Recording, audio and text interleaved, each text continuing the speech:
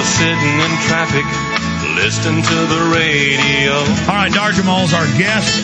Very great investigative journalist, writing for Counterpunch and many other big publications. You can check out his website. We have it up on screen. It's dahrjamail.com. And his new book is The Will to Resist.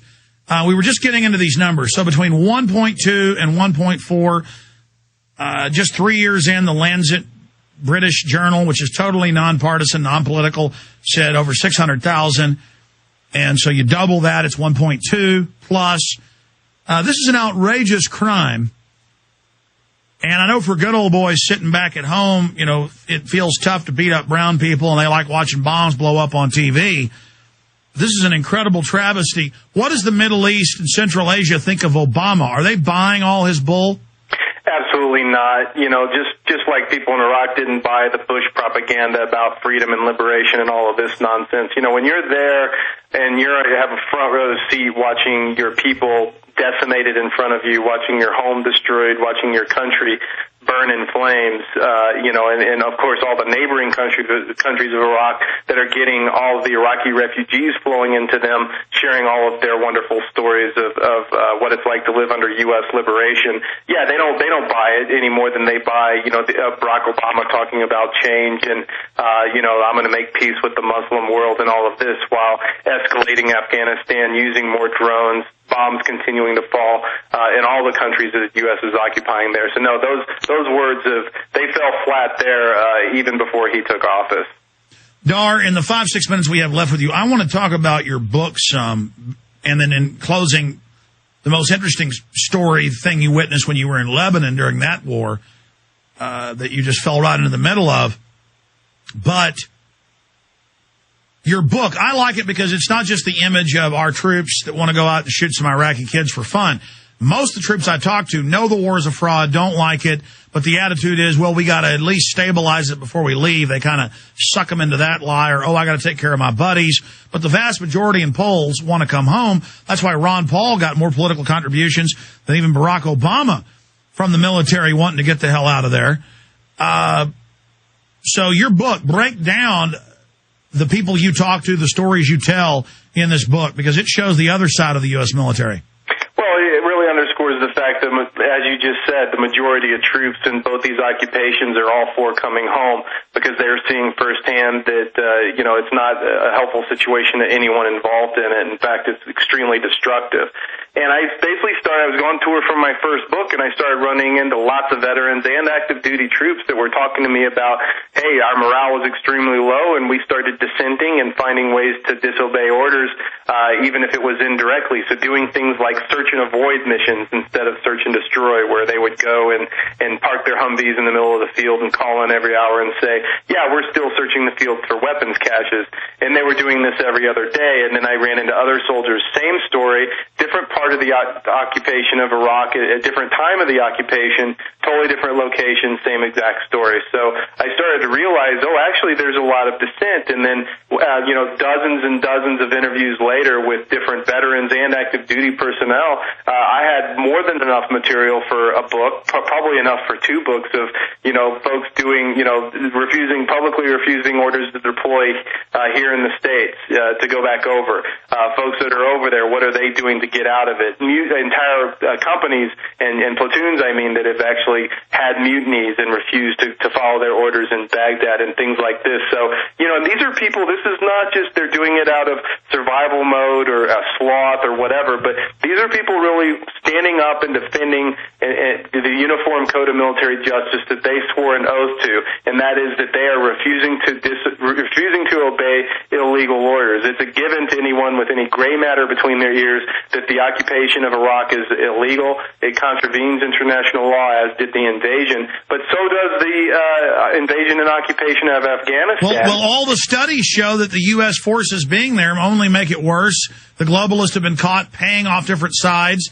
What about even Ray McGovern documenting, but now it's mainstream news, that Cheney had them blowing up mosques and bombing buildings of Shiites to get them killing Sunnis and vice versa, and using Wahhabists to attack the Iranians and staging terror attacks. I mean, this is, and then now they caught British special forces in Basra London Guardian reported, dressed up with fake beards, running around shooting Iraqi police. I mean, this was a completely staged war. Did you get any intel on stuff like that? Well, I've actually written that case you just mentioned about the two British SAS officers. This is extremely well documented. There's photographs. People could probably find them online right now of these guys literally, two soldiers, shaved heads, dressed up as Iraqis with fake, with wigs, with mustaches, wearing dishtashes in a car full of explosives, and they were thrown in Iraqi jail, going to be charged by Iraqis with planting bombs near mosques to foment sectarian violence. And before they could be tried, the Brits razed the jail to the ground and got their two guys out. And then 2 weeks after that, a similar story up near Tikrit with two quote-unquote Western contractors. Same thing. So, yeah, this is well documented, and this is not news. As you know, Alex, this is U.S. policy. This is how they've conducted their foreign affairs, whether we talk about Central America or Vietnam. I mean, just pick a conflict. So Iraq is no different. Yeah, there's the Army Field Manual that they got declassified 2004, from 2004. We put it on screen, and this is mainstream news. The Army doesn't deny it. They say, how dare you have it? But it tells Army captains, just standard issue, how to stage terror attacks.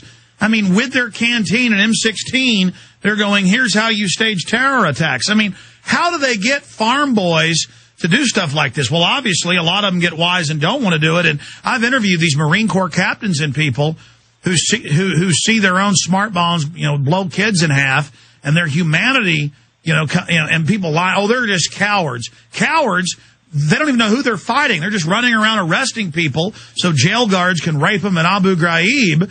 I mean, the job is to tear up Iraq and suck it dry. And just like Serbia, bombard any country that's sovereign, bomb it out, and take control of it. And I want the American people and British and others to know these same bankers are bankrupting us now. They're cold-blooded. They're monopoly men. They love dominating people. Dahr, your comment on that idea? Well, absolutely. It's all about control, and that's why I read that quote from, U.S. foreign policy defining documents, where it's all about global economic hegemonic control, using the U.S. military as the iron fist to make this happen. And in Iraq and Afghanistan are just the two latest iterations of that policy. And I think, it will continue, without fierce resistance at home and abroad. It's going to continue. But that's exactly what's happening. And the one silver lining to this dark cloud that we're amidst right now is that I think it could not be more clear. This cuts across all political lines. Everyone is seeing it, and I'm not trying to be overly hopeful, but that is a good thing, that the fact that more people are seeing it today than ever before. Well, look at the United States. Bills to audit the Fed with 260-something sponsors. Everybody talking about the global corporate crooks, the left, the right waking up. Dahr, these are very exciting times to be alive, but I don't put it past Obama and his handlers to stage terror attacks, to stage a Gulf of Tonkin like Cheney tried to do but got caught and Fox Phelan quit. So I think the good and bad news is that at least we're in this fight. At least the establishment is starting to run scared, and their aura of invulnerability, invincibility is starting to waver and fade. In closing, with any other info about Lebanon, your book, do the Iraqis, do the Lebanese understand that the American people are brainwashed and ignorant, but that are starting to wake up? Or what is their view? Are they sophisticated enough to understand that we're just under mind control? Or what's the view over there? And what's Iraq's future? And where is all this going? Well, it's grim, especially in the Middle East, because that is, currently where, more people in the world than anywhere else are bearing the brunt of U.S. policy. But, they're very clear. Unfortunately, it's pretty dark, because people have seen, okay, Obama comes into office, and what happened? The American people, what few who were overtly resisting under Bush, or have apparently gone to sleep, so they're kind of feeling left on their own at this point, which is a bit dark. But again, I think that it's up to us. And one hopeful thing that I got from working on this book about soldiers who are resisting, if U.S. soldiers in the U.S. military structure, a very, very harsh, difficult structure to operate in, let alone resist, if they can stand up and resist, and many of them come out all the more better from it, then what does that say to us in civilian society who can still go about and do essentially what we need to do right now relatively? What does that say to us as far as a call to action, and what are we able to do, and what are we willing to do?